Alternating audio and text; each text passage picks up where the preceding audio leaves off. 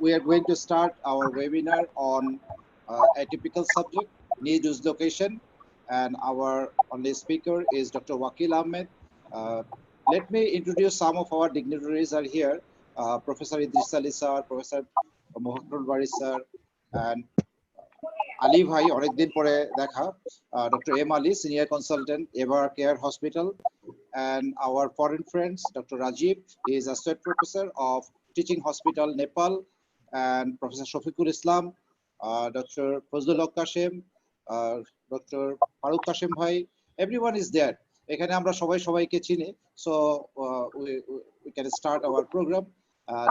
Knee dislocation is very rare program. I have seen only one case in my 22 years career, so I think it will be an interesting discussion. I first request Dr. Wakil Ahmed, Assistant Professor, Tajuddin Ahmed Medical College, Gazipur, to start his session on knee dislocation. Wakil Ahmed, Associate Professor. Okay, sorry, Associate Professor. Actually, COVID এর জন্য disconnected হওয়াতে সবাই সবার ব্যাপারগুলি জানা হয় দেরিতে। Thank you very much. আমাকে শোনা যাচ্ছে তো না? শোনা যাচ্ছে। Thank you very much, Professor A.S.M. Monir Rintu, the great moderator of this webinar. Respected expert panelist, my respected teacher, Professor S.M. Idris Ali sir, Dr. Mustafa Ali, the living legend knee surgeon of the country, Dr. Farooq Kashem, Professor Mohakul Bari sir, Professor Shafiqul Islam, and my friend from Nepal, Dr. Rajiv Raj Manandar, Associate Professor of Kathmandu, Nepal Medical College and Teaching Hospital, Nepal. My senior and junior colleagues, my friends, and my students. It's a great privilege for me to present my paper today on knee dislocation in front of you. Welcome everybody to my presentations. This is Dr. Wakil Ahmed. I'll be with you throughout the whole session. The first with my presentation, and after my presentation, there will be participatory, contributory, and multilateral discussion about the topic. So, I'd like to welcome to all of you to my presentation. Assalamu alaikum. The knee dislocation, you know, it's a rare condition. It's a rare injury, but it's a very serious injury. There is complete disruption of the contact between the tibia and femur. You know, the stability of the knee joint depends on the articulation, and there are some multiple ligaments. Inside, you know, there are two bicruciate ligaments and two meniscus. On the outside, you know, there are collateral ligaments and some other muscles and tendons around the knee joint. And all these tendon muscles maintain the stability of the knee joint. So when there is dislocation, there is disruption of the many of, or sometimes most of the ligaments and soft tissues. The learning objective today will talk about the epidemiology, mechanism of the knee dislocations, classifications of the knee dislocation, how the patient present in the emergency department or to the doctors, how will you diagnose the dislocation. We will discuss about the 4 key issues of decision making regarding that treatment and some recommendations of treatment options. Dear participants and learned connected surgeons, you see, this is a letter from a patient to his knee who was suffering from many problems from the knee. The patient wrote to the knee, "Dear knees, why have you failed me? Why have you given up and derailed me?" There are many things. He mentioned the sufferings and wrote this letter to the knee. So, you know, rare condition, the knee dislocation, 1 per 100,000 per year. It's very rare. Many of us who are practicing for many years didn't see even one case in our life, but it is devastating and it is a serious injury. The males are more affected than female, usually 4:1, and the younger adults are most often affected. You see the mechanism of injury? Usually, most of the cases, it is due to the high velocity trauma, like the dashboard injury in motor vehicle accident. It's also from the hyperextension injuries, especially in this high-speed sports injury, sometimes direct blow from the tibia, or sometimes from fall from height into the flexed knee. See? The classification, there are different types of the classification, you know. The first one is the Kennedy classification. This is based on the direction of the displacement of the tibia. The first one is the anterior, that is 30 to 50%. It is the most common variety. And in this variety, the highest rate of the peroneal nerve injury. The second one, this is 30 to 40%. It is caused by the dashboard injury and the highest vascular injury in this type. There are other types also, lateral, medial, and rotational variety. You see, the tibia post anteriorly, that is anterior, the tibia post posteriorly, that is posterior type. You see, when there is force from any side of the knee joint, there is disruption of the ligaments on the other side. So you see, the tibia post medially, that is medial, and the tibia post laterally, that is lateral dislocation of the knee joint. There are another classification, the Shank classification. This is based on the disruption of the number of the ligaments. KD, that is knee dislocation. KD 1 to 5. The KD 1, there is one ligament injury, ACL or PCL. KD 2, that is two ligaments injury, ACL and PCL. KD 3, the three ligaments. KD 3 is two types, subtypes. There's KD 3M and KD 3L. KD 3M, that is ACL, PCL, and MCL. And KD 3L, ACL, PCL, PLC, and LCL. And KD 4, all the four ligaments disrupted. And in this variety, there is highest rate of vascular injury, 5 to 15%. And KD 5 is the multi-ligament injury with associated fracture. Sometimes there is nerve and vessel injury, and new addition of this classification is KD5 and KD5V. V means vascular and means nerve. Of course, the dislocation sometimes associated with many of the associated injuries. You see, the vascular injury, most of the vessels on the back of the knee joints usually affected, especially the popliteal and tibial artery, posterior tibial artery. The nerve, the most common nerve is the common peroneal nerve injury in 25% cases usually, and less common is the tibial nerve. In 60% or around 60% of the dislocation usually associated with the fracture, and the dislocation sometimes associated with some of the soft tissue injury also. And among the soft tissue, the extensor apparatus of the knee joint, that is quadriceps tendon, patellar tendon, outside the collateral ligaments and inside the cruciate ligaments, sometimes the periarticular avulsions and displacement of the meniscus also. These are the associated injuries with knee dislocation. How the patient presents? Patient can present in a different way, usually in two ways. Around 50% of the patients present with no obvious deformity. In this variety, there was dislocation, but the patient, when reached to the emergency department or to the doctor, it is spontaneously reduced. It is about 50% of the patients. So there is no deformity. And this kind of patient can mislead the surgeon and can cause the devastating complication. Another type of the patient can present with extreme pain or swelling after the serious injury. There is obvious, visible, and palpable deformity of the knee joint. There is instability. There is numbness below the knee joint, and there is no pulse palpable in the distal part of the limb below the knee joint. Some patient may present with the Parkering sign or dimple sign, which is due to the buttonholing of the medial femoral condyle due to the rupture of the medial capsule. And this is irreducible. You see the Parkering sign in the medial side. This is the buttonholing effect, rupture of the medial side of the capsule and buttonholing of the medial corner of the femur outside. So it is irreducible. If we try this in close method, it will fail and it will cause further injury. So it's a contraindication of close reduction. Open reduction may require for reduction of this type of the dislocation.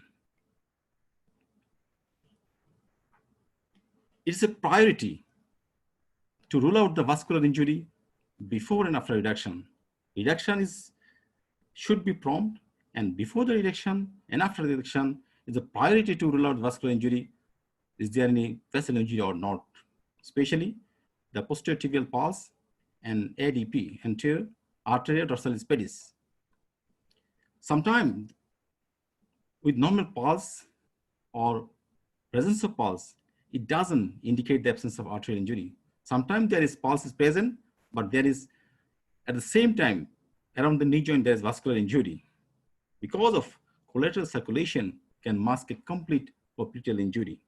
And this type of the injury, this type of the presence of pulse and normal pulse mislead the surgeon also, because surgeon underestimate the nature of the injury, severity of the injury.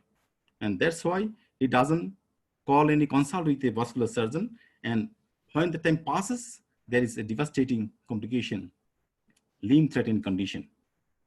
And it may need to have apnea amputation also.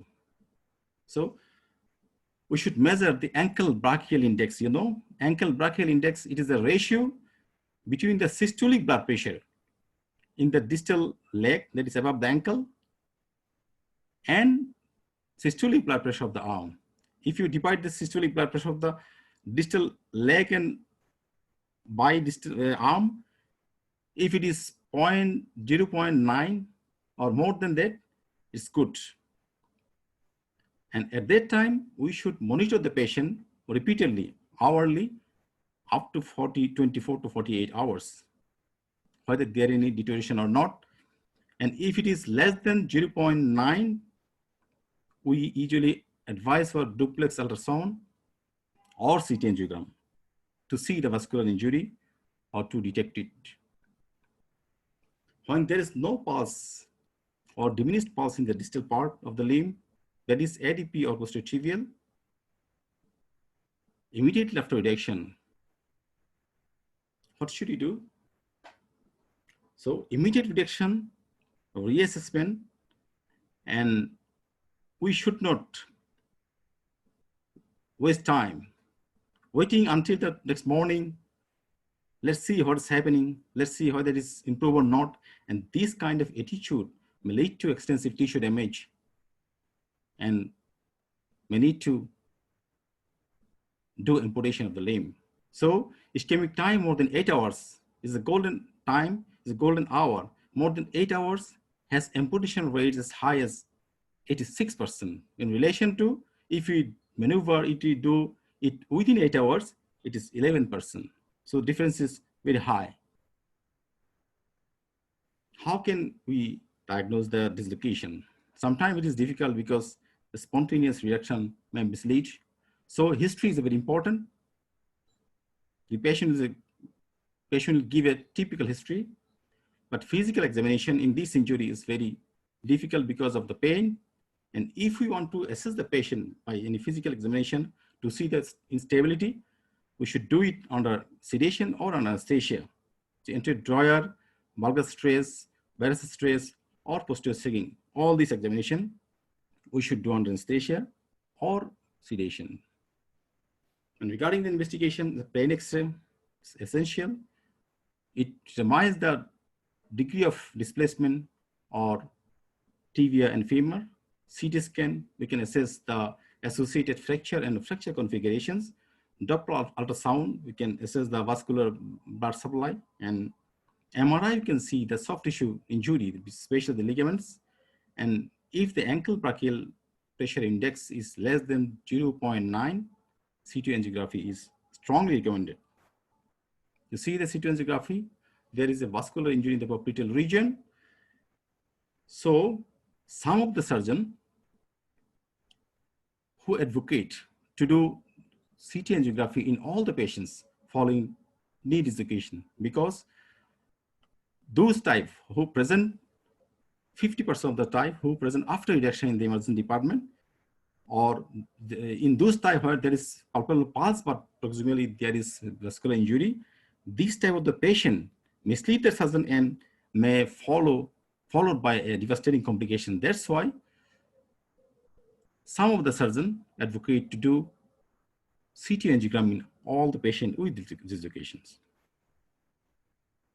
In MRI, you see, the first one on the left, you see, there are multiple red arrow. There are multiple ligament injuries. You see MCL, you see ACL, you see meniscus, everything is here in this slide. In the second one in the middle, you see the blue arrow, the bicruciate injury, both ACL and PCL. And the third one, you see, there's a collateral injury.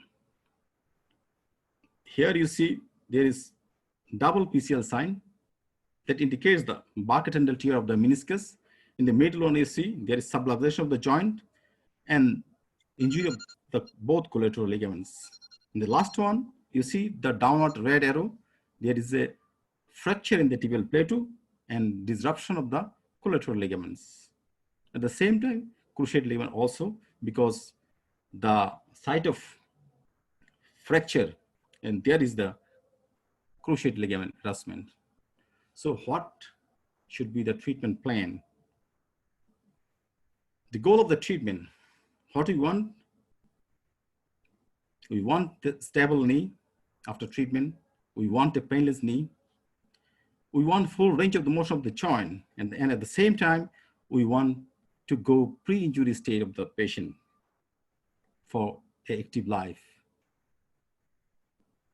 After suffering from a knee dislocation, the patient has to face long and a comprehensive rehabilitation program, which must focus on the strength of the muscle, full range of the motion for a good functional recovery. So initially, we should consider this as a true orthopedic emergency, the knee dislocation. Immediate detection and immediate prompt response, immediate reduction and reassessment of the vascular status is vital, is priority. Is splintage at about 15 to 20 degree of the flexion, confirm the reaction by doing a repeated X-ray. And if you suspect any vascular injury in that case, definitely you should consult with the vascular surgeon, and immobilization more than 6 weeks is not recommended because of stiffness of the joint. Sometimes we need to do emergency surgical intervention. You see, if there is any vascular injury, either suspected or clear, if the dislocation is open, or if there is open fracture dislocation, if the dislocation is reversible, already mentioned in the previous slide, is a Parker sign or dimple sign, buttonholing effect in that case, and in compartment syndrome. In all these conditions, we need to do emergency surgical intervention. And initial stabilizations, you can use an immobilizer, but sometimes we advocate external fixator also, which is better for grossly unstable knee, which protect the vascular repair if there is any vascular injury. And by this external fixation, we can care the open wound very nicely. So wound care is very easy with the external fixation also. And in this case, we don't advocate any casting. You see the spanning X-fix external fixator. This is a damage control tool also. You see, this is the outline, the flow chart of the knee dislocation management, how we deal it. Regarding the conservative treatment, there are many articles, many presentations, many papers, and many research. Experienced surgeons of the world, they shows their experience tells that non-operative treatment has been associated with a poor result. Because for conservative treatment, we have to immobilize the knee joint for a long time. And there is stiffness which follows the long immobilization. So once the stiffness occurs, It's very difficult to treat. So a mobile, unstable, and loose knee is always better than a stable and stiff knee.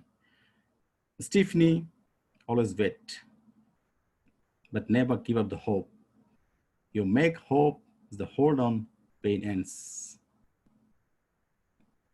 There are some recommendations from our side for key issue for decision making of the treatment. The key issue one, when there is associated injuries, when there is vascular injury, when there is nerve injury, when there is polytrauma, head injury, and poor soft tissue envelope. Only in the vascular injury, you consult with the vascular surgeon, do the needful, repair if necessary. Otherwise, other surgery of the knee-related surgery, ligament and bone surgery should be limited, should not be vigorous treatment. The key issue two, presence of ligaments avulsion. If there's avulsion injury, you know, avulsion of the anterior tibial spine, posterior tibial spine, or any other bone, simplified surgical treatment, just reattachment. So do it early. Early surgery in avulsion fractures, key issue two. You see the avulsion fracture of the anterior tibial spine, fix it. You see avulsion fracture of the posterior tibial spine, fix it. Here you see the screw, but you can fix it in by other means also. ACL you can fix by suture technique, by wiring technique, by screw technique also. You see the osteochondral fracture in the patella, they fix it by suturing, and associated fracture, that is epiphyseal injury, fix it. So associated avulsion fracture, bony fracture, fix it. Key issue three, if there is complete disruption of the PLC, you know PLC, posterior lateral corner of the knee joint, one of the important side, the dark side of the knee joint, it's called the dark side of the knee joint. So PLC disruption is very important, and decision making in this situation also vital for the stability of the knee joint. So our recommendation, early open repair, not endoscopic, early open repair. Late reconstruction is difficult. So you know the PLC, what are the components of PLC? The lateral collateral ligament, that is fibular collateral ligament, popliteus tendon, and popliteofibular ligament. These three ligaments comprises the PLC. The component of these three ligaments is PLC, posterior lateral corner, and they maintain the lateral and posterior lateral stability of the knee joint. MRI, you see the PLC injury. So if there is PLC injury, that is that three ligament, sometimes it is associated with the injury of the biceps tendon, and sometimes injury of the iliotibial band. So we should repair all these things by open method and early repair. It's good result. Key issue four, reconstruction of the PCL. This is vital for knee stability. PCL is the pivot, central pivot. It allows the tibial femoral positioning, and reconstruction of the ACL or collaterals. All these things evolves around the PCL. So do PCL first, then ACL and other ligaments. ACL reconstruction before PCL is never and never. So PCL reconstruction, see. Recommendation for open reductions. When we should do open reduction? When there is buttonholing, that is irreducible knee. When there is posterior lateral dislocation. When there is avulsion fracture. When there is fracture dislocations. When open fracture dislocations, or the obesity of the patient, there is huge weight patient that may be difficult to obtain a closed method. In that time, we should do open reduction. And where there is vascular injury, in this case, we should do open reduction. Recommendation for external fixations. You see, the vascular repair I already mentioned in the previous slide, it takes precedence. This vascular repair first, and maintain the stability by the external fixation and prevent the damage, that is damage control.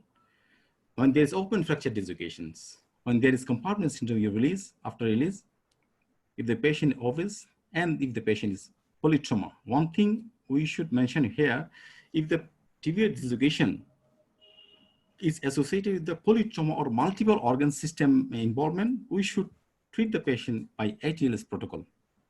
ATLS protocol, advanced trauma and life support. And recommendation for the early open repair, that is quadriceps rupture or patellar tendon rupture, displaced menisci, posterolateral corner injury, posteromedial corner injury, repair or reconstruction of the collaterals, and capsular injury. All these things we should do early open repair. Early arthroscopic reconstruction or repair less than 3 weeks. Before 3 weeks, that is reconstruction of the first PCL, then ACL. Avulsion fracture of the anterior spine, reduction and fixation. Bucket handle tear of the meniscus, if any, can repair, and removal of the chondral or osteochondral fragments, if any, you can remove arthroscopy. And all these operation we can do if the dislocation is closed type, if it is not open, if there is no wound or contamination. And delayed and staged reconstruction of the ligaments. When you do it, if there is fracture dislocation, if there is open dislocation or open fracture dislocation, we first treat the open wound, we first treat the fracture, we first fix the fracture, achieve the union, and after removal of the implants or hardware from the joint, from the bone, then we should reconstruct the ligament, especially the bicruciate, in the delayed or in staged fashion.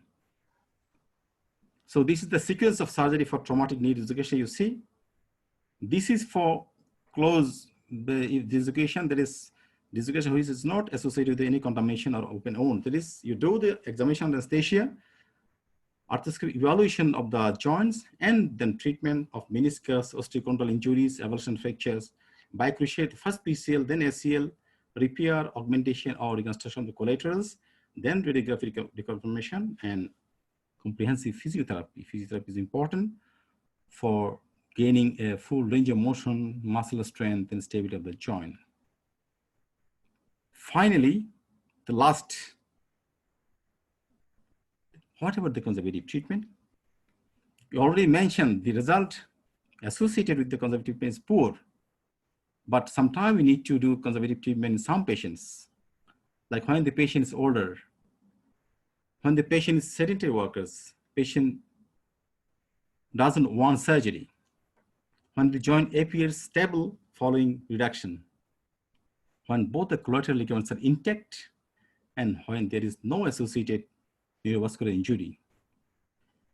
At that time, you can do conservative treatment, but this treatment is not suitable for the young patient, is not suitable for the active and high demand patient, and it's not suitable for the athletes. So immobilization after surgical treatment causes more stiffness, permanent stiffness. So early range of motion, weight bearing is essential, associated with physiotherapy, comprehensive physiotherapy. So what you do for the patient with an injured knee, with a goodwill? You tried best for the surgeon, you tried best for the patients, you plan, you detected it, you reduced it, you planned it in good way, and after your treatment, the patient getting a new knee, that is new knee, new me. There's new me to the patient. And the home message from today's presentation, early detection or recognition and reduction is vital in case of knee dislocation. Vascular examination before and after reduction is priority. Almost all knee dislocations may require reconstructive surgery. Non-operative treatment is associated with poor results, and it's unacceptable for young, active, and high demand patients and athletes. After appropriate treatment and surgery, the result is good. The knees return close to the normal in most of the cases, and a comprehensive rehabilitation therapy, if we add, the prognosis is best. So whatever you did for the patient, you do for the patient, always it is beautiful, it's good, but a beautiful thing is not always perfect. There are some limitations. You cannot solve all the problems of the patient. There may be some residual problem, and we have to accept it. Thank you very much. Thank you very much for patient hearing and for being with me. So now the discussion, the participants can put their question to the chat box. And from my side, 2 or 3 problems for open discussion. Regarding the first one is the regarding SENG classification, KD1 and KD2. You see, in KD1, I mentioned the one ligament injury. In KD2, 2 ligament, that is ACL, and into ACL and PCL. But conventionally, we know that both cruciate ligament and at least one collateral ligament is necessary to torn, is must to torn for knee dislocation. But in Schenck classification, they mention the KD1, only one ligament injury. So in only one ligament injury or only 2 cruciate ligament injury, how dislocation occurs? This is my question for open discussion, and how this KD1 and KD2 is added in this classification. My second, better we start discussion from this question.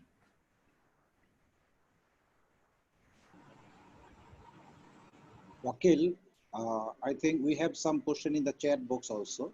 Yeah. So anyway, we can start with your discussion first, then we can go to the chat box. I have received already 4 questions. So whatever you mentioned, I request our panelist, senior knee surgeon, Dr. Ali Bhai, will focus on it. Thank you very much. Dr. Wakil has vividly described the knee dislocation, which is a rare topic into the discussion. Is nicely presented. I appreciate your presentation, and all the documents and information are very current, updated, and it has been validated by the international literature. Definitely, this is a true orthopedic emergency, and one shouldn't miss the emergency, because this kind of emergency, if some orthopedic surgeons miss, his reputation will be jeopardized, and he will repent. So you need to know in a better way, so that one orthopedic surgeon can identify it properly and can manage properly from the very beginning in the emergency room. It's a rare kind of injury, and it could be of high velocity and low velocity also. In case of the sports injury, in a hyperextension injury, which is low in velocity, but still it can happen. And it's difficult to identify sometimes in low velocity injury, knee dislocation in case of sports injury, because the posterior capsule ruptured. So the effusion goes into the back. So knee is not swollen and it's not completely deformed. So it's very difficult to identify, and sometimes it's more than 40% of the cases when the patient come to you, the knee is already relocated. So, and there is no evidence because the prior X-ray has not been done. So in this situation, once there is a history of this kind of things, you have to be very crucial, and you must need proper attention that how it happened. And after happening, what are the courses of action has been taken place by this time. And a simple X-ray assessment is very important, because the X-ray can give you some idea of previous dislocation. If still the patient is not in a dislocated stage, but still the avulsion type of fracture or the kind of hematoses, soft tissue edema, joint space narrowing, and all these things can be seen by expert eye. Regarding your the KD1 classification and the mechanism of injury is not always been properly addressed and been sought out, because some of the classification do not have the exclusion of what is called the soft tissue injury, open soft tissue injury, associated fractures, supracondylar fractures and distal associated of the fracture, multiple fractures. All these things are not being associated with this kind of classification. So the classification, it could be reclassified, and there is a lot of people are still going on for the reclassification of the joint knee dislocation. We have found that the associated fractures are very common, and with this few words, I must address one more issue, is that in case of the posterolateral and the lateral kind of knee dislocation, the associated neurological injury is very common. And in case of the anterior dislocation, posterior dislocation, the popliteal vessels are very commonly injured. So, as a consultant of the injured knee patient, when you are seeing the patient, you must be very safe to the patient. And how it can achieve this safety? The simple thing is that you put your hand on the ankle. See, the popliteal is not possible, so the posterior tibial and the artery dorsalis pedis is very important. And if you cannot find the vascularity properly, you can put a ultrasound sonogram, or also you can do the Doppler study, or you can do the pulse oximetry even. You can check by the ABI, or the, what is called, already been mentioned, that the ankle brachial index. So the vascular injury is the most commonly negotiated problem, because you know sometimes what happens, the vascularity still remains over there, and the classical pulselessness and all this warmness and all these things is not there, because the collaterals is still maintaining the circulation. So one surgeon can be missed. So that part is very important. Second important point is that the peroneal nerve, because if the peroneal nerve is intact before your relocation, and after relocation, if it can happen, then the patient will be blame you. And this is a serious injury, so you have to consult and do the counseling with the patient and the party. Don't miss it. And all these classical findings that the vascularity and neurological status is clearly mentioned, and it is to be discussed with the party, and if possible, make a written consent or a written documentation that yes, these are the things has been happened. Then we are going for the next step, because that will be the safety, because any consequences can happen. Regarding the investigation, it's very difficult to do when you investigate MRI and CT scan and all this thing, when you can get involved with the vascular surgeon. In case of the MRI, you say that you have to put some kind of metal implant inside if there is a broken bone. So if there is a broken bone, you have to do the MRI before. If you like to do the MRI, most of the time it is not necessary, because the clinical examination and X-ray and CT scan is good enough. And you do not have enough time also, because 8 hours is the golden hour. And if it is past the 8 hours, more than that, the vascular impairment is there, then the amputation rate is quite high, is almost 9 out of 10. So don't waste your time. And regarding the MRI and all these things, many of the centers, they do not have that. So don't wait. But you have clearly identify about this vascular status, whether in your team a vascular surgeon will be included or not. That is very crucial. Regarding clinical management, I think these 3 things is very important. One is the ABI, ankle brachial plexus index. Second thing is the pulse oximetry or the Doppler study, and third is the X-ray. Most commonly, we go with this protocol, and we set our protocol in a way so that we can do the surgery on an earlier basis. Late surgery has the worst result. Early surgery is better result. What does mean the early surgery? Early surgery means that before 8 hours. You cannot wait a night. Okay, tomorrow morning we'll see the patient and take the decision. No. As a consultant, if the juniors call with a knee injury patient, you have to attend in the emergency on that night and rushing by 2 hours if possible. And the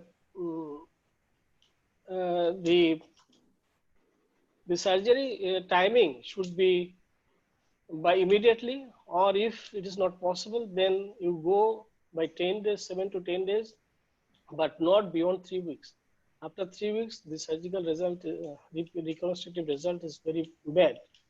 And stiffness is so high that 4 out of 4, 1, you need to go for the revision surgery, mobilization under anesthesia, and all these things. I think the floor is open, so I may be talking a little more. So, anybody to add anything? Into way?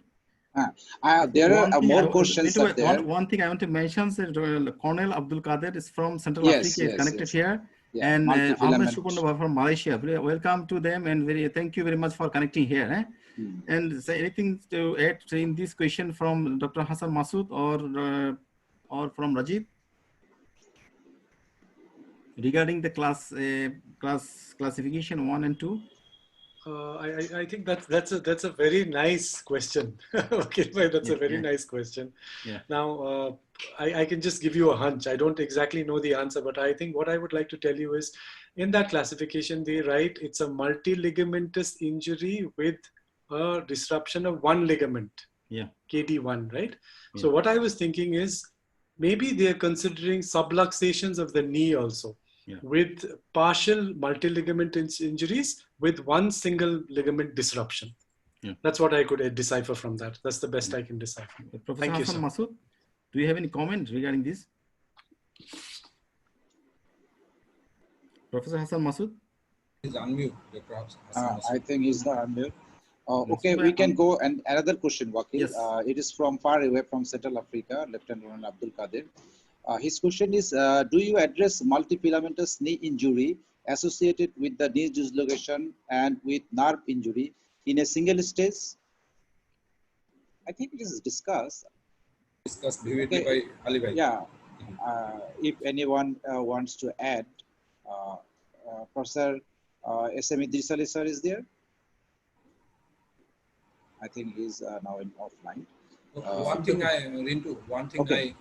I'd like to add here, that to me this Schenck classification is a unique one. Here, I think the importance of the posterior lateral complex corner. This is very important. If there is a rupture of the lateral collateral ligament, or even the other lateral supports of the knee, like iliotibal band or the biceps tendon over the fibula, the fibular ligament, it should be repaired early, because if we wait, then like the ACL or PCL, these ligaments are very crucial for the stability of the knee. So far, I know. So the repair of the lateral collateral complex, that is posterior lateral corner, is vital, like the repair of the PCL. Regarding the multi-ligament injury, you know that the treatment protocol is very simple, that you have to attend on the same night or same day when your junior calls into the emergency. In the emergency, you have to assess under anesthesia that what is exactly. If there is a vascular problem, you call your vascular expert within your team. And prefixing the vascular status first, you have to relocate the dislocated knee. Then your vascular surgeon will open the area and repair it. Then you go for the next step, and by this time possible it is not the time to go for the soft tissue repair on that occasion. If the vascularity is, then the priority is to reestablish the vascular status and relocation. That's it. But if it is less than that, means that the vascular status is normal, you relocate it properly, then you go for the reconstructions. And reconstructions means that the whole ligaments whether it is the medial collateral, anterior cruciate, posterior cruciate at the same time, or in the lateral collateral, anterior cruciate and the posterior capsule at the same time. But never ever do a ACL or mainly the ligamentous status we consider acutely with the collaterals, and we delete the cruciate. But never ever go for the repair of the ACL when the other ligaments are injured. And Yes, there is tibial spine fracture. so the priority is the collaterals first. Second priority is the PCL, and the least priority in case of the knee dislocation is the ACL. So you recommend that if there is arterial injury, only we have to put on X-fix with hinge or without hinge, preferably with hinge, so that we can mobilize or we can take care of the wound. Meanwhile, the artery is right. Then you defer the supply surgery up. Then you yes. defer the surgery after So 3 weeks. how many days we can? 3 weeks, at least 3 weeks. At least 3 weeks. Then after 3 weeks, You mobilize the knee. You mobilize mobilize the knee, and then and, go and for then you your go for the PCL or ACL selective or, reconstruction. yes. Yes. That's This great. means that a semi-conservative type of things with addressing more on the vascular. Delayed primary or secondary. And if the vascular impairment is not there, then you go for all the tissue reconstruction of the same sitting. If there is no polytrauma or other vascular injury, then you can go for Ligamentous reconstruction. reconstruction at the same One thing adding Monirul, that metaphyseal bone injury also will fixed at the yes, sure. Yes, earliest fracture possible. fixation, yes. Fracture is a must.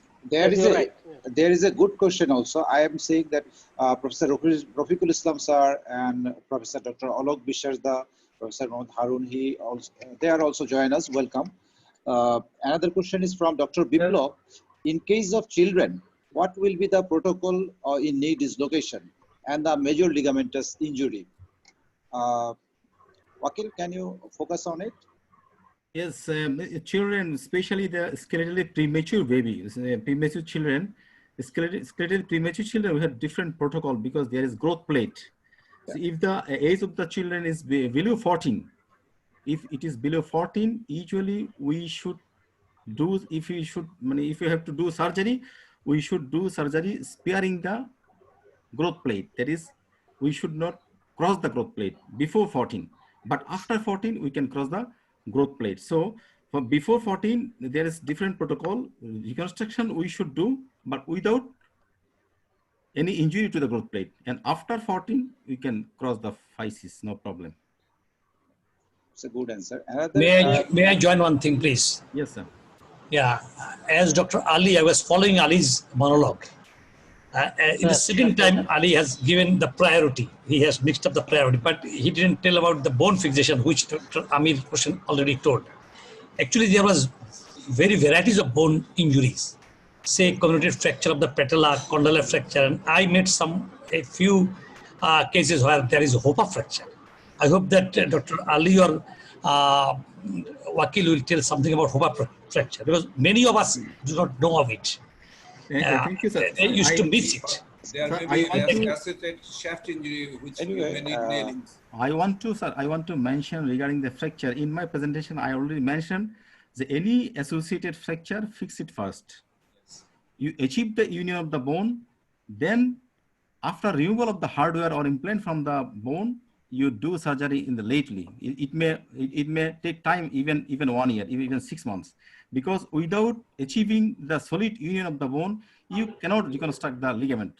So especially the tibial plateau fracture or femoral condylar fracture, so where we will make a tunnel for ligament passage, there is the injury.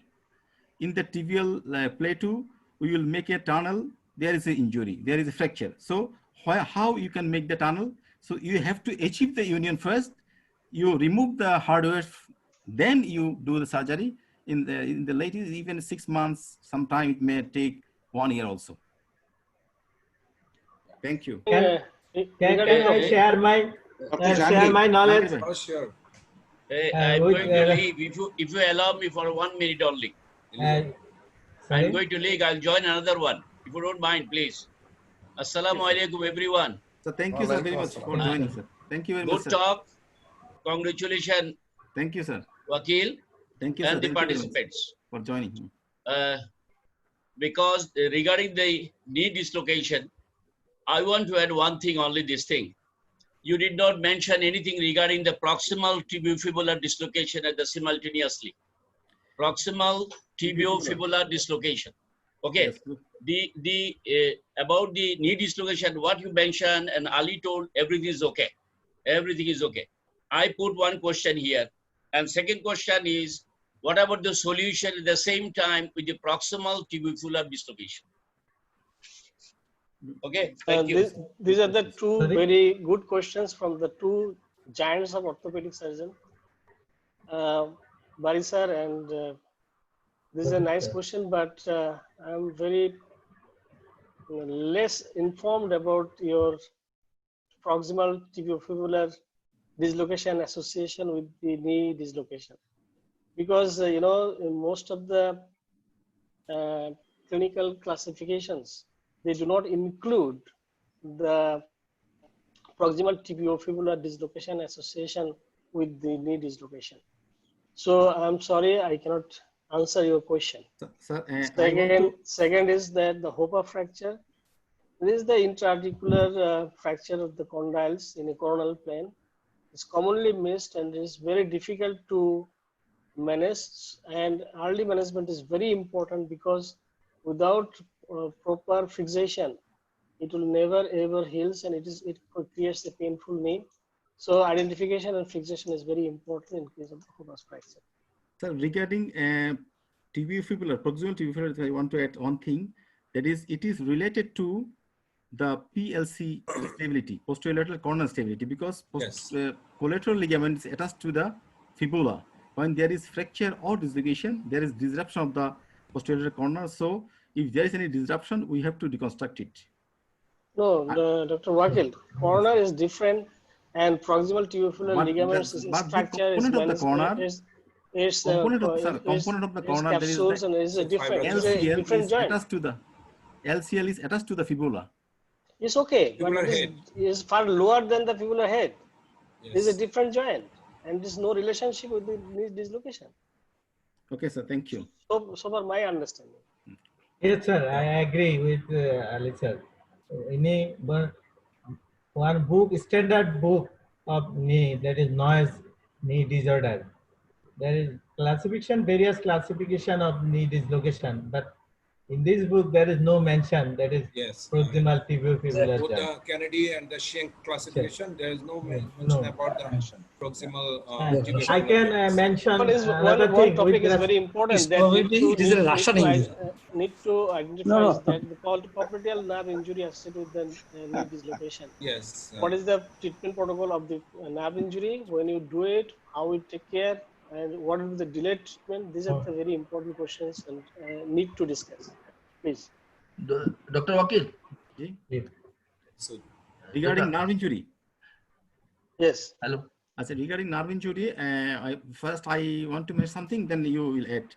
Say most of the time, say the injury is not complete, and more than 50%, there is spontaneous recovery. You have to wait for spontaneous recovery. If there is recovery, that's good. Otherwise, you have to repair after. If there is no progress, you can repair after 6 weeks or later on. To repair or not? Tendon transfer. The tendon transfer is necessary, maybe. Tendon transfer is another option. You can do it after 6 months because the distance from the neck. Rofik sir is there. Sir, do you like to add anything, sir? Yes, please unmute. Rofik sir, please unmute. Say something. Unmute it. Yeah. Actually, what I am thinking that this is a very complex injury. So, you know that it can happen in a peripheral centers also, not in the Dhaka city or any other equipped city. So the younger orthopedic surgeon, he could not be able to meet all the positions to meet it, to face it. in that case, what will be the priority for him in a remote places where less experienced surgeon, less facilities are available? So priority immediately, sir. you have already told about the priority, Yes. but you know that in single sitting, very earliest priority vascular injury to meet the vascular injuries, to stabilize and to reduction. Fractures. Is there any other thing, Dr. Ali or Wakil? Sir, the issue was the popliteal nerve injury. The popliteal nerve injury is a crucial issue. My earnest request to all of you that when you go for the knee dislocation patient management, you please note it that the peroneal nerve is intact. Exactly. Or It's a medical legal otherwise, importance. this is very much important, big medical legally. Second thing is that if the popliteal nerve is injured, don't go for exploration of the popliteal nerve. It's of no use. This is not an early job. No. Number three, Not a job at all.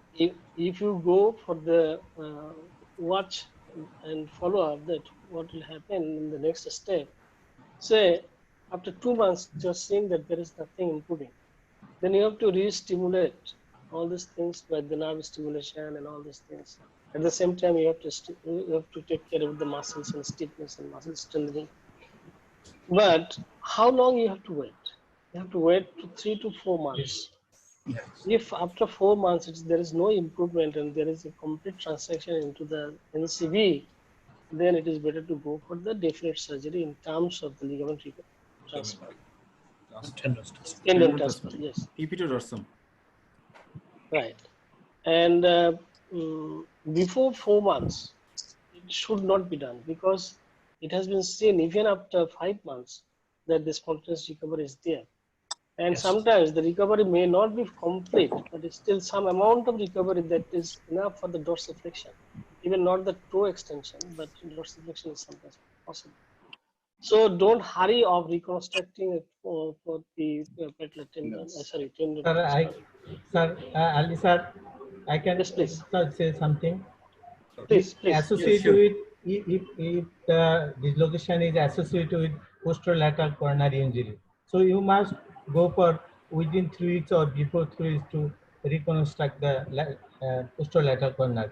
In this situation, what will you do? Either you overlook the nerve or you decompression the nerve. So that I have mentioned that the PLC, posterolateral coronary injury, means that you have to reconstruct the patellar lateral collateral ligaments by two bundle extended reconstruction, tubular collateral ligaments, and the popliteal tendon repair. In a way that you can do it in a mini hole surgery. You do not need to go for the extensive open surgery. If you follow the ligamentous attachment, you can harvest the ligament from the peroneus longus or from the opposite side hamstring, and then you prepare the tendons way and fix it accordingly by a mini invasive technique. You do not need to explore. And if you do the surgery on earliest stage, then you make it open. Sir, may I say something, sir? Hassan Masood wants to speak. Sir, may I say something? Please, after Hassan Masood. Yes, thank you. Thank you, Dr. Moniul Islam, for asking me.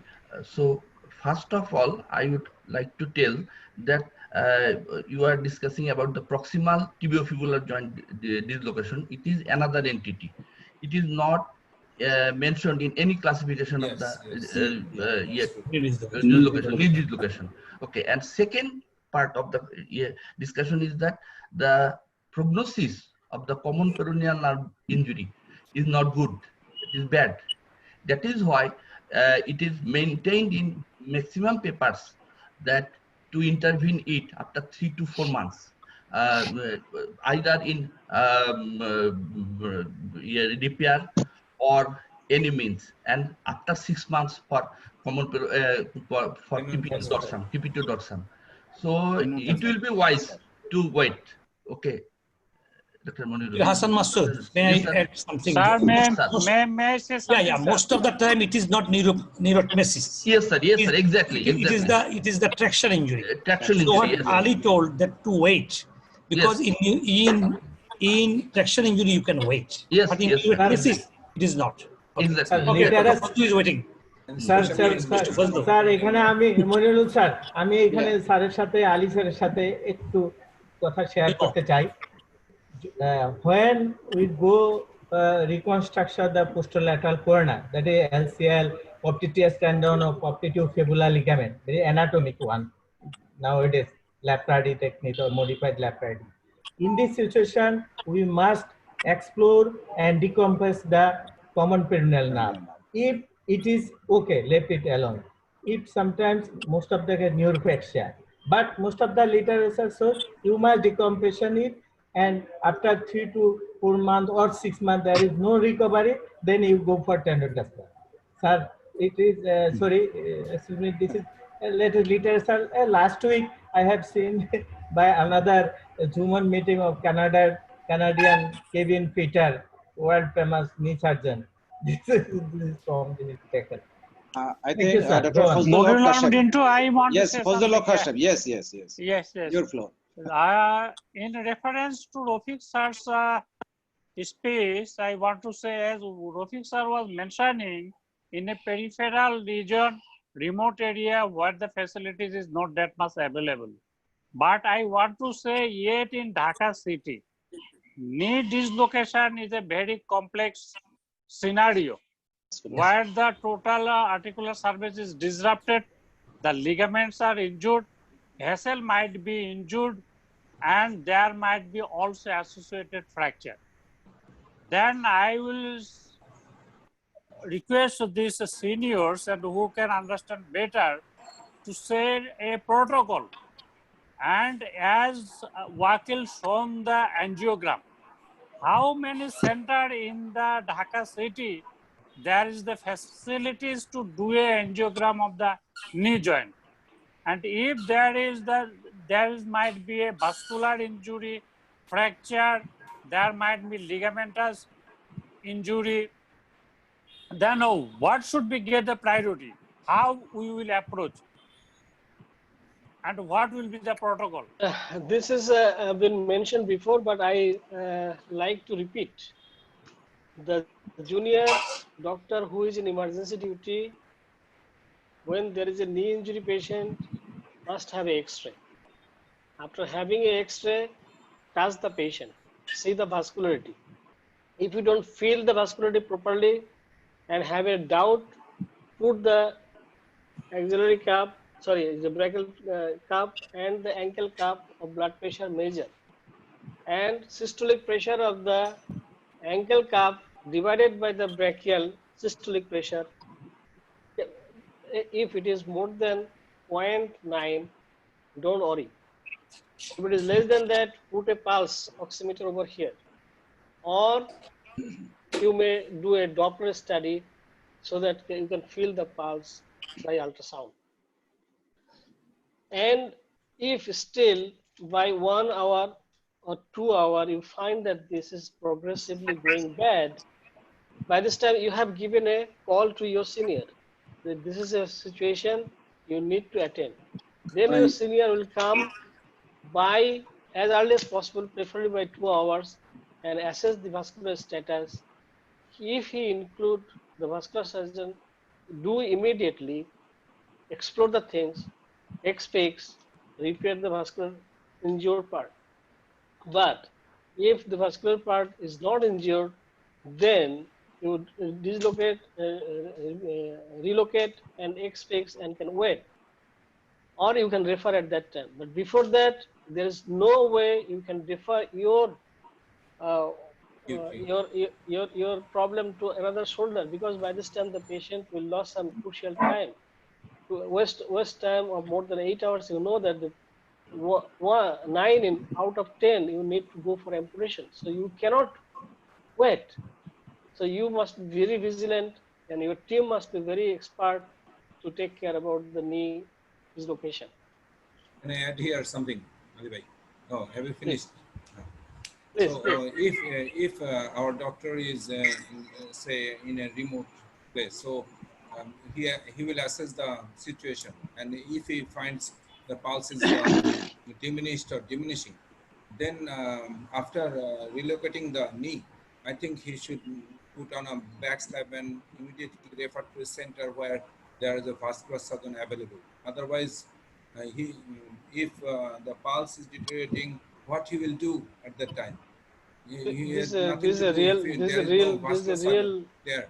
So he bad should refer situation. as early as possible after relocating Because to keep putting the back slab. In the periphery, the doctor is less protected.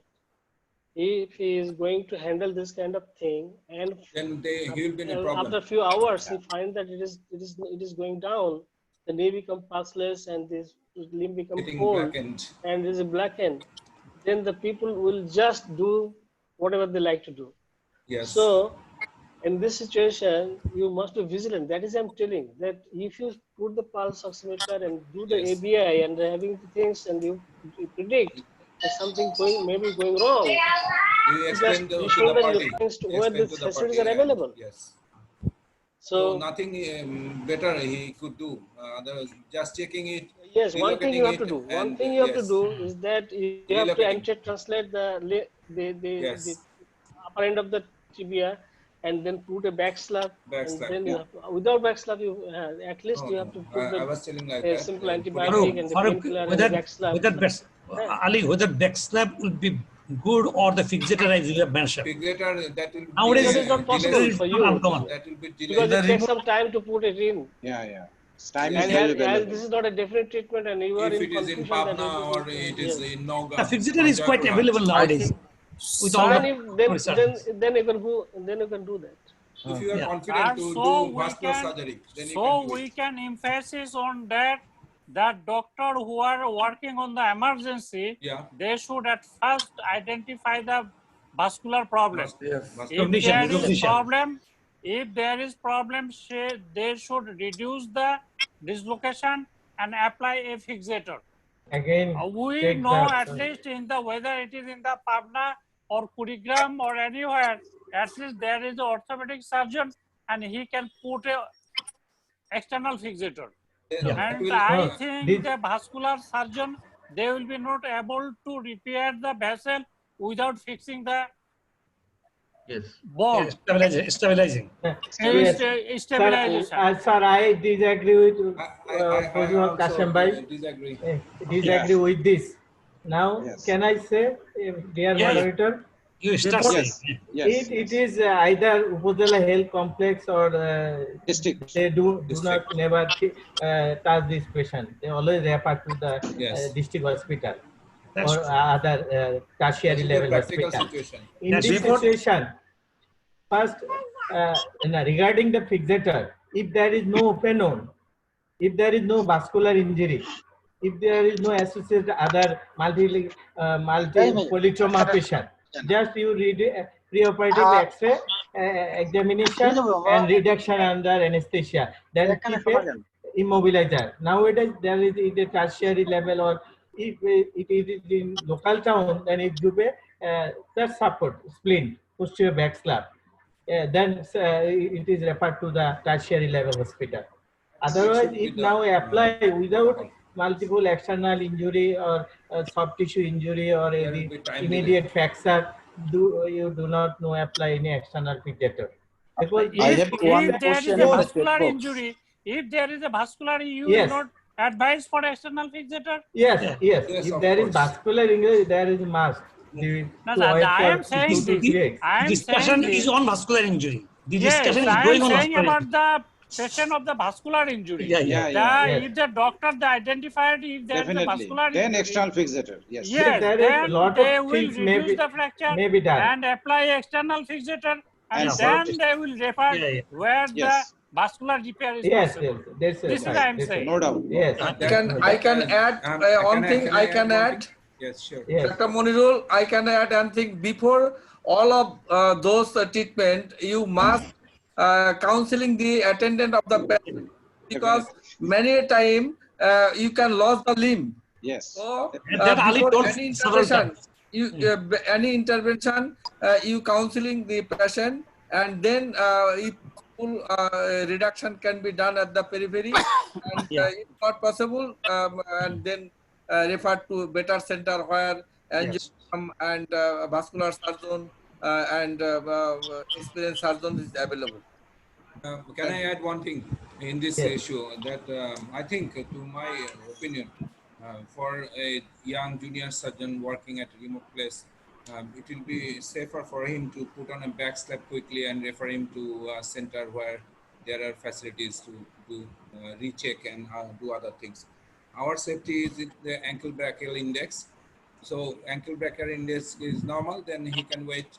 But otherwise, he should refer it, because arranging for external fibrillator and other things, it will, and there will be time delay. And also, if there will be any subsequent complications like needed amputations, people, how far you counsel the people, but they will not spare you. I can say, I can sure. Yeah. Farooq, one thing, yes, as Wakil told that to immobilize it in 20-degree flexion, but is it 20-degree which can keep it stable? In our early days, we used to keep it in 60-degree flexion. What is the opinion? That will be too much. 20. 20 degrees. 20 degrees, sir. 20 degrees is too little to me. Yes. Ali? 20 degrees. Yes, 20 degrees is okay, sir. According No, to the no, no. book, according to the book, it is 30 degrees. 30 degrees. But yes, 30 but not 60. In our early days, I told it. In our early days, we used to give it more than 30 degrees. In 30 degrees, it was plus stable. Now stand is to it see is the clearly joint mentioned it is 30 congruity, degree. to congruity of 30 the degree, joint. okay. We keep in this position. It is the reduction Congruity. without any surgery, just reduction and keep it in to refer it. That position. Actually, After at surgery, it 50, is 50 stable. degree, the collaterals are taught. So, No, the collaterals taught if collaterals are intact. But when collaterals are injured, crucial are injured, then it is not taught. It cannot be taught. Usually, collateral by does the not normal get injured. protocol. Sir, in this situation, main important thing is that your joint must be congruent to one. If either that's because you do not know collateral or interarticular ligaments are. So in which degree it is short. congruent? Yes. If you must check the X-ray, and in this situation, and That is true. when the joint is congruent, it keeps It in is this position. stable. Stable. Dr. Rintu, Yes. now I want to say Sarah, few Sir. things. You are so late Here. to come. yes, sir. I'm just was waiting and hearing all these Really? expert panel. And so the most important thing that is so far discussed, and but the rest of the discussion was just repetition of the presentation that was not actually good. The presentation given by Professor Wakil, Dr. Wakil, was very nice and vividly told everything. And the next discussion was actually was mostly the repetition of the presentation that actually we don't want to hear. But most It always importantly, happens. It always experience. happens. I want to share. Please stop, Rafiq bhai. Don't put your mouth now. One thing, our experience should be shared here. Why we are just discussing theoretical? I will tell you the three of my life experience of these traumatic dislocations of the knee joint. I have handled 3 cases. I will tell you the experience of my series. And again, I'll just repeat the Professor Rafiqul Islam's question. If it is happens in the rural area, what should be the done? It is clear, and everything is written in the literature. If it found in the rural area or in the urban area, whatever may be the site, but rural area or the remote area, the picture is different because of the fact that if you neglect the case and if there is the vascular injury, if you wait for more than 8 hours, there will be havoc. And I have faced one case of this type of dislocation of the knee joint with vascular injury, and I had to do the amputation, above knee amputation. And the patient when arrived to me, that was a compartment symptom and ischemia, and for that reason I had to amputate that limb. So if you give the advice to the junior to see the vascularity, whatever you have been discussed about the nerve injury, Useless. Nerve injury is livid. Is no actually a problem with the nerve injury.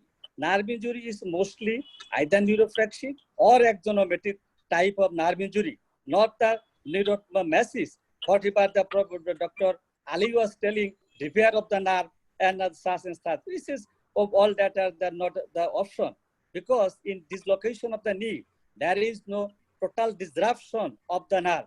There is the either neuropraxia or mostly the axonomesis type of injury.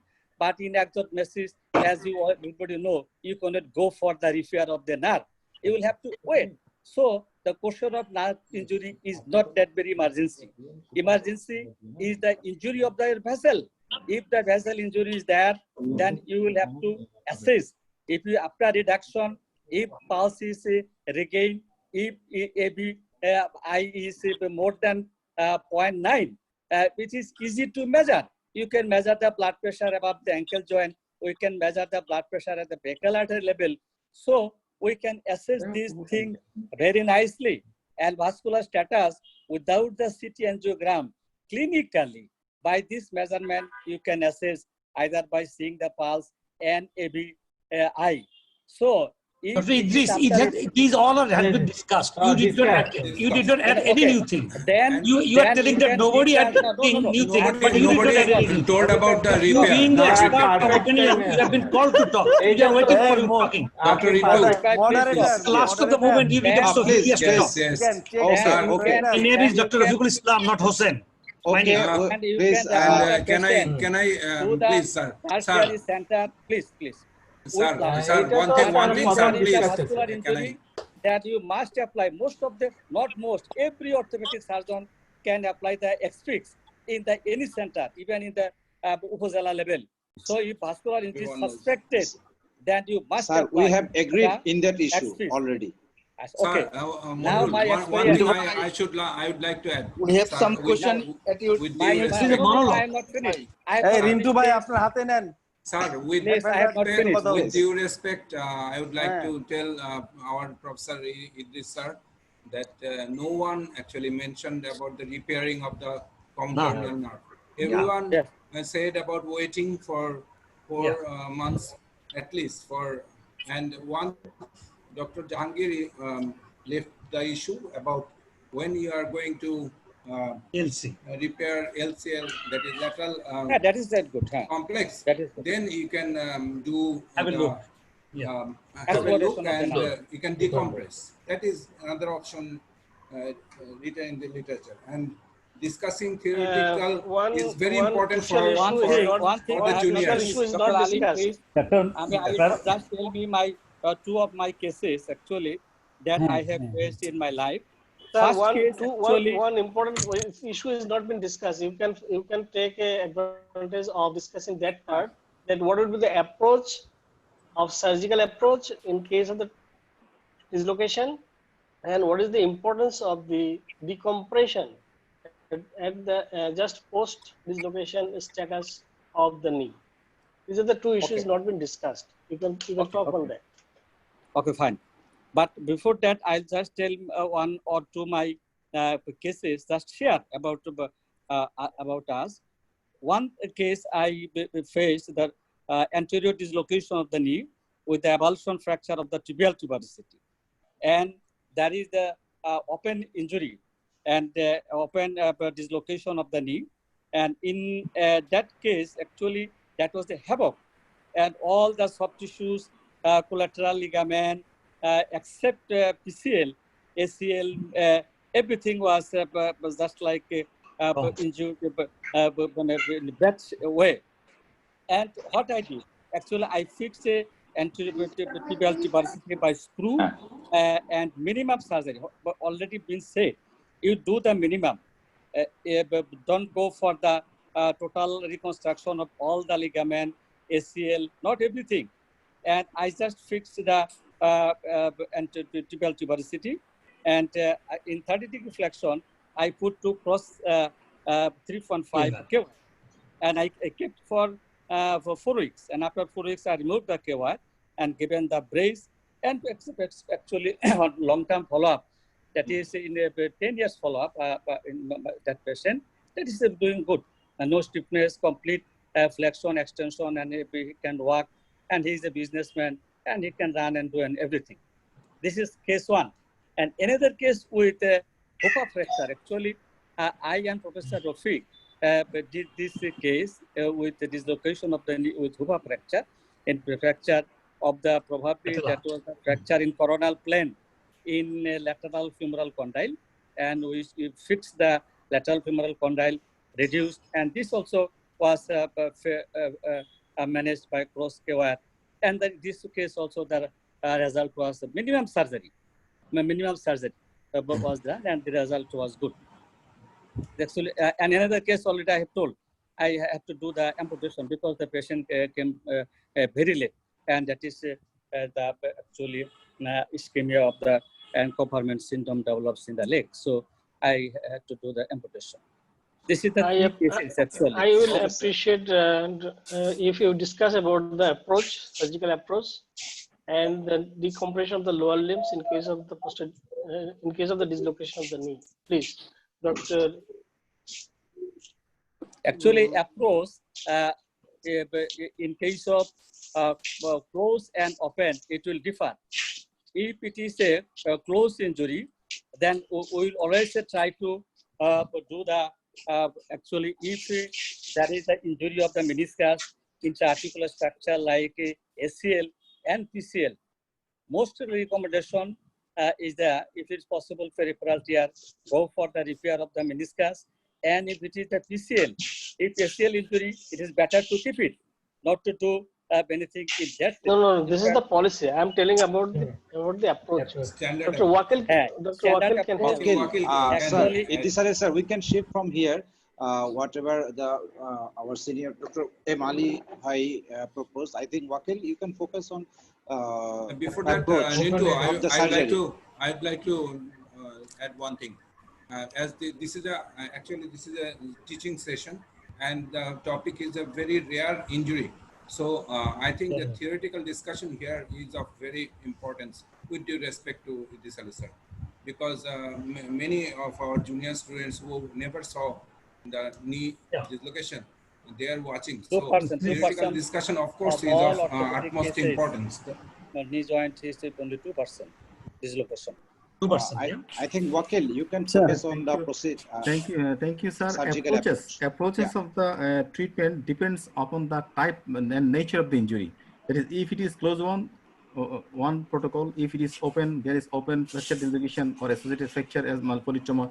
This is another protocol. I already mentioned in my slide.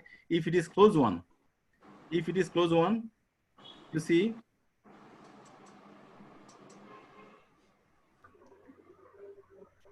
The sequence, you see, if it is closed one, there is no associated fracture or there is no open wound. So examination under anesthesia, you see, the arthroscopic evaluation, then treatment of the inside injury, that is meniscus, if there is any osteochondral injury or avulsion fracture, then treatment of the bicruciate injury, that is PCL, then ACL, then repair of augmentation or reconstruction of collaterals, and then this is the protocol or approach for the closed one. If it is open one, then it's different. Sometimes we need to. Okay, Wakil, please stop here. Yes. Wakil, what you will do? A patient come to you. Yeah. You identify that there is a knee dislocation, having ACL, PCL, and MCL injury with bucket handle tear of the medial meniscus. Okay. There is no vascular injury, there is no lateral collateral injury or PLC injury or the nerve injury. What you will do and how you will do? After the first thing is to prompt detection and diagnosis. That is, there is diagnosis has been made. I have clearly mentioned that. The first thing is to reduce it. Yes. You have to reduce it and then assess. Before reduction, you have to assess the vascular injury. You mentioned there is no vascular injury. But after reduction, you have to assess the vascular status. And if it is okay, then you can give a immobilization for a few days to subside the acute injury. And within 3 weeks, you plan for surgery. No, so if I'm not agree with you. Yes. What I will do, yes, I will bring the patient to my emergency OT, and I will drop it and reassess. And if I found that there is a collateral ligament injury of the medial collateral and ACL and PCL injury without any neurovascular injury, I will reconstruct everything. Or repair. Because the MCL, you can repair it end to end, or if it is in the proximal or distal end, it can fix into the bone by the ethibond. You can repair the PCL if it is, or fix it if it is avulsion, or if it is not, then you can go for the PCL reconstruction by this hamstring or the popliteal tendon, peroneal tendon. At the same time, you can go for the ACL reconstruction in the same sitting.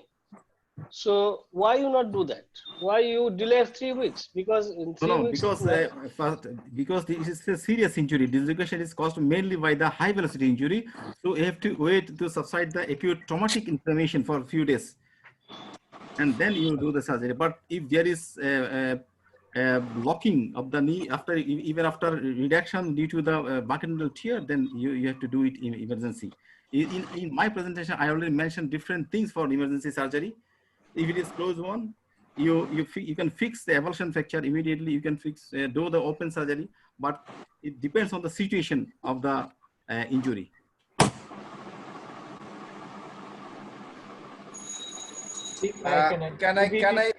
Can I say something?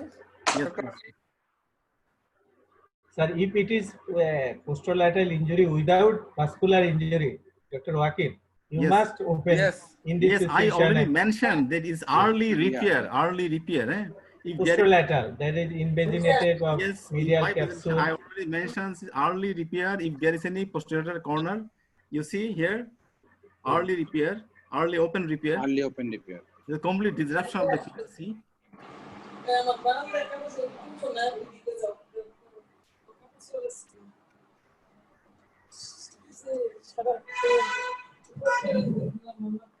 So I think this is a nice discussion has been happened. I have a simple question, sir. I have a simple question.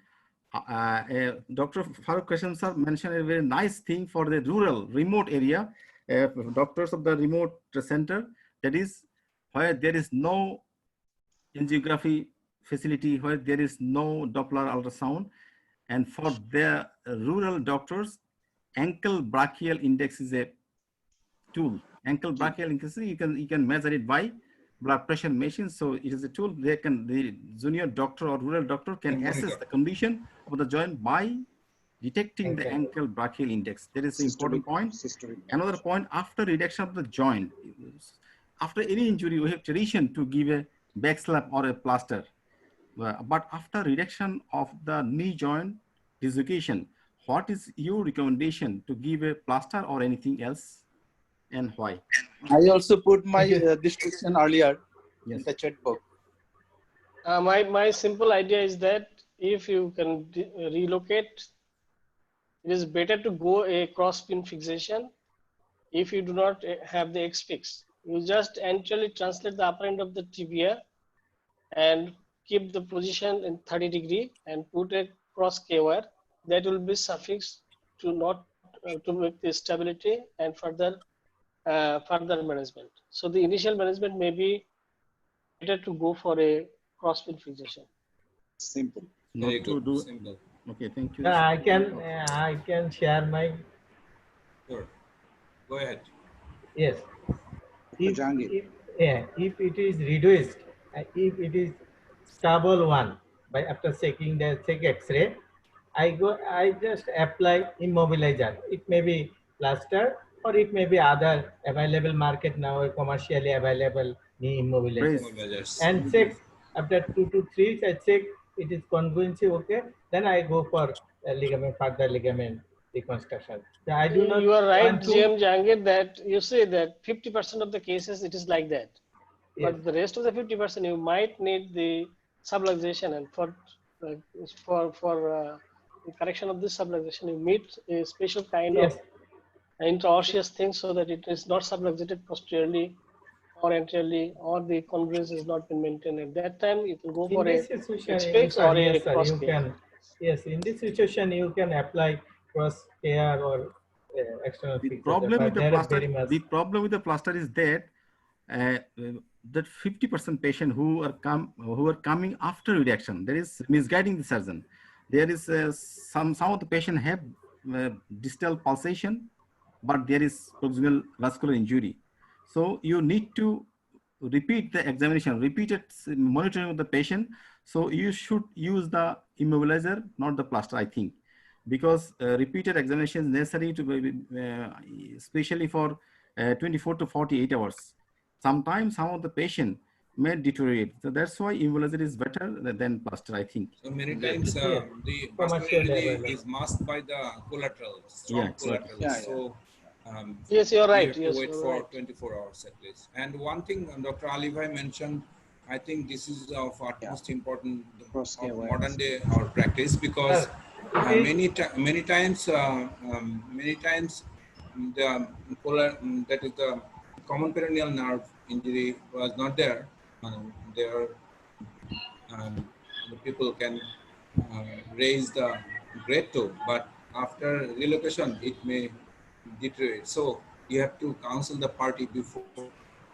That is of medical importance, I think, like the radial nerve, and you should note it down prior. Medical legal is one point, and another point is if you do ligament reconstructive surgery in the neurologically involved or neurologically deficit limb, so the outcome of the surgery will bad. That's why it should be. Our safety is very important nowadays, you know. Sir, in books and in literature published, and also in my experience, when we go for multi-ligament injured knee to handle the patient with multi-ligament injured knee, especially PCL or PLC, with or without PLC, I must do duplex because at the time of injury, there is intimal lesion and there is plaque formation. When we go for a long time multi-ligament, there may distal ischemia, distal muscle cannot stand for ischemia. This is why I must always do duplex study of the lower limb when I go for PCL with or without other ligament. Yes, that is good for documentation also. Wakil, I think we are in the talks for 1.5 hours. Can I say something? Many of our participants leave. Yes, Dr. Rajiv. Dr. Rajiv. Yes, I think I'd like to say something. It's very nice to be amongst you all, and it's such a lovely discussion. There's some points that I would like to add here in my practice. I started my practice at Nitor, and the way we treated knee dislocations at that time in any place was different, and now things are really different. So I would like to stress a little bit on the classification that you talked about. You talked about the Kennedy classification, which classified according to the direction. That's a very nice classification, but what we're finding is the number of dislocations coming to us with that sort of a dislocation is quite rare, I think. Yes. The type of dislocations that we see, that we see, at least I see in my practice, has a different sort of a classification. So how I classify my dislocation is, it may not be okay with everybody, but this is how I classify it. If I find that the patient has a varus and a valgus instability at 0 degrees on extension, we suspect that the patient may have a knee dislocation. The second thing is if you lift up the limb and the limb goes into hyperextension, we feel that the patient has had a knee dislocation. And the third thing is if we find if there are 2 collateral ligaments like a KD2, then we feel there's a knee dislocation. So this is our criteria in our hospital. This is a protocol for classifying knee dislocation.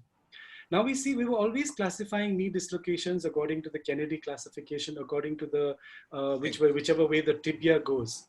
But these days, the Schenck classification holds a great importance because this tells us about the relocated knee. This is how majority of patients come to us. And believe me, in my practice, what I've found is they are not always high velocity injuries. Yes, sometimes. There are a lot of sports people that come to us with dislocations on the field, which are low velocity. And like everybody has said, that the vascular injury is the most important that we need to assess. And I think we've already gone through all the parameters of discussion using the regarding the vascular injury. I think what I would like to stress here is, yes, ABPI has a very high positive predictive value. Sensitivity, specificity is nearly 100%. So it's a very, very good method to detect, but you must have a very low threshold to do your CT angiography. Because like a previous speaker was talking about intimal injuries, they are very, very deceptive. And if they happen, the patient will not forgive you. So if you have the slightest doubt that there is a vascular injury, I think you should go in for a CT angiography. Yes. And the discussions, why do we wait and how do we immobilize? We usually immobilize in about 20 degrees of flexion. Okay, it's only because to relax the posterior structures. Okay, and definitely like Jahangir Bhai was saying, we do take a post-op check X-ray. We make sure that the limb is well reduced. Okay, if we find that the limb is not well reduced, then we put in an external fixator. And the recommendation given to our people who put the external fixator is put the pins at least 10 centimeters away from the joint. Yes. So you want your joint an absolute virgin. You don't want anything near the joint, because that's where we're going to do where we're going to take out the hamstring graft, right? So we cannot have our pins anywhere near the hamstring graft or the quadriceps tendon. We even sometimes take the peroneal tendons. So these areas need to be kept open when we do our reconstructions. And when do we do our reconstructions? If it's, let's say, a multiligamentous injury without a vascular injury, we usually intervene between 7 days to 2 weeks. The reason being why we wait for 7 days is, yes, for the initial swelling to settle down. But we wait for the capsular injury, because there was one patient where we went in enthusiastically. We've learned by burning our fingers. We went and the patient had a very tight posterior compartment. So what we realized is when we were doing the PCL, the fluid was all going into the posterior compartment. So that has made us realize that you should wait for some time, about maybe a few weeks, for about 2 weeks or so, 7 days to 2 weeks, for the capsular injury to settle down also. So these are basic things that I've learned in these years. And another point I would like to make here is when you are dealing with a multiligamentous, a KD5, KD5-1, KD5-2, what we do is we use titanium implants to fix our fractures. So they are all MRI safe. They're all MRI safe. When we put in our external fixators also, we use external fixators which are MRI safe. So there's no problem with the MRI. So these are a few things that I can tell you. Thank you.